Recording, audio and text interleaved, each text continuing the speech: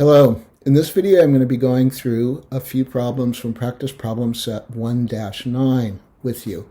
As you know, the reading material immediately before 1-9 focuses on some ways that the word because can be modified that are important to our understanding of what the word because means. I'll just note briefly that I'm only here considering the word because used in the context of argumentation, not used in the context of explanation, although parallel points could be made about the use of because in the context of explanation. Okay, one important way that the word because can be modified would be with the word not right before it.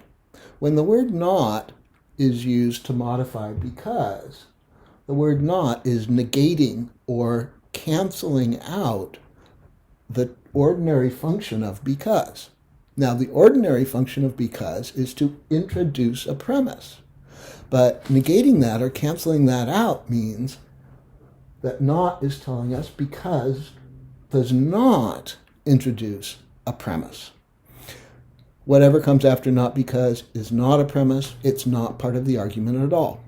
Now, by contrast, there are a number of different words and phrases that can be used to modify because that do not negate or cancel out its use to introduce a premise. They leave that intact, but they add something to it. Partly because, in part because, not only because, not just because, mainly because, and mostly because, are all ways of saying you're about to get a premise, and in addition, the premise you're about to get is only one of more than one premise that the arguer believes supports their conclusion.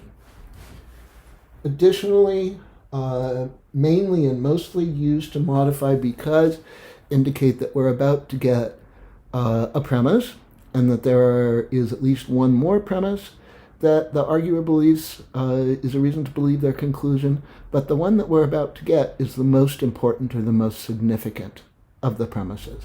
This is not a complete list, by the way.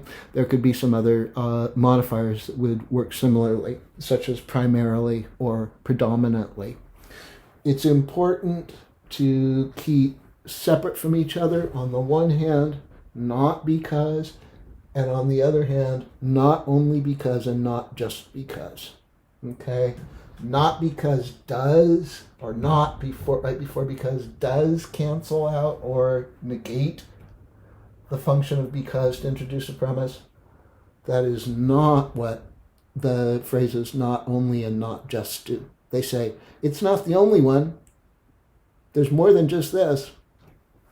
All right, let me turn now to some examples. And I'm just going to talk through these examples. I'm not going to write up anything on the board for them.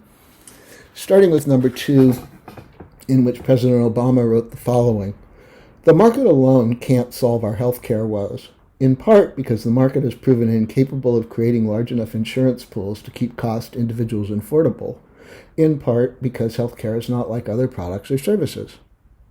Notice that President Obama used "in part because" twice. In each of those cases, in part is letting us know that the premise that comes after because is one reason, but only one of more than one, that President Obama believes are reasons to believe his conclusion that the market alone can't solve our healthcare woes.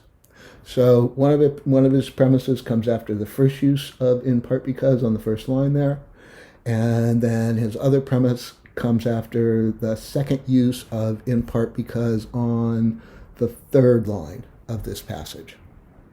Let me go down to number 4, which contains a little bit of a variation on the way "in part because" was used in number 2. In number 4, Professor Richard Moore writes as follows: "Partly because lots of people suppose they don't know any gay people, and partly through the maintaining of stereotypes, society at large is unaware of the many ways in which gays are subject to discrimination." Notice the use of "partly because" at the very beginning. After that, we get one premise that lots of people suppose they don't know any gay people. And partly modifying because there lets us know that the author believes there's at least one additional premise that supports the conclusion. We get that after partly through. Now, please do not think that the word through is a premise introducer. It's not. Just because of the grammar of this, partly through makes more sense than partly because in this context. But let me rewrite that part. So I'm focusing on the part that says, partly through the maintaining of stereotypes.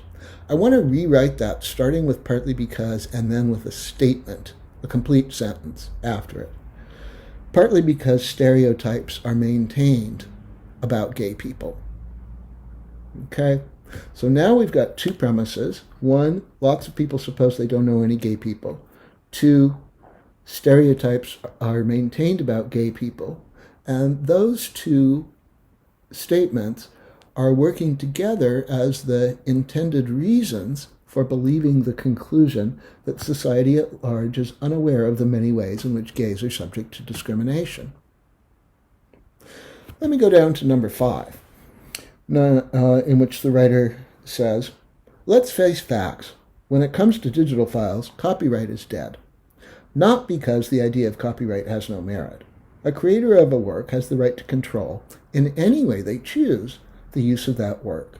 Copyright is dead because it's impossible, despite thousands of lawsuits to the contrary, to enforce copyright laws in a digital world. We have the word because used twice in this passage.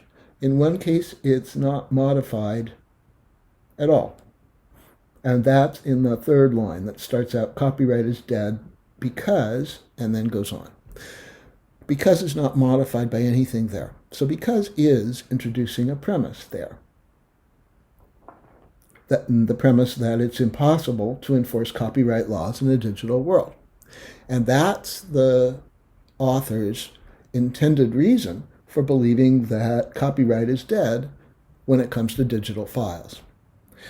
Why then do you think he might bother to say, as he does at the beginning of the second paragraph, not because the idea of copyright has no merit. A creator of a work has the right to control in any way they choose the use of that work. There what he's doing, I believe, is anticipating an objection that somebody might raise to his view that when it comes to digital files, copyright is dead. Somebody might hear that view and say, now wait a minute, copyright is really important. The person who creates a work should have the right to control how that work is used. What do you mean copyright's dead? Well, in fact, the author first off says, not because the idea of copyright has no merit, as a way of saying, I am not using as a premise to support my view the idea that copyright has no merit. No, that's not part of my argument. And then in the next sentence, he says, a creator of a work has the right to control in any way they choose the use of that work.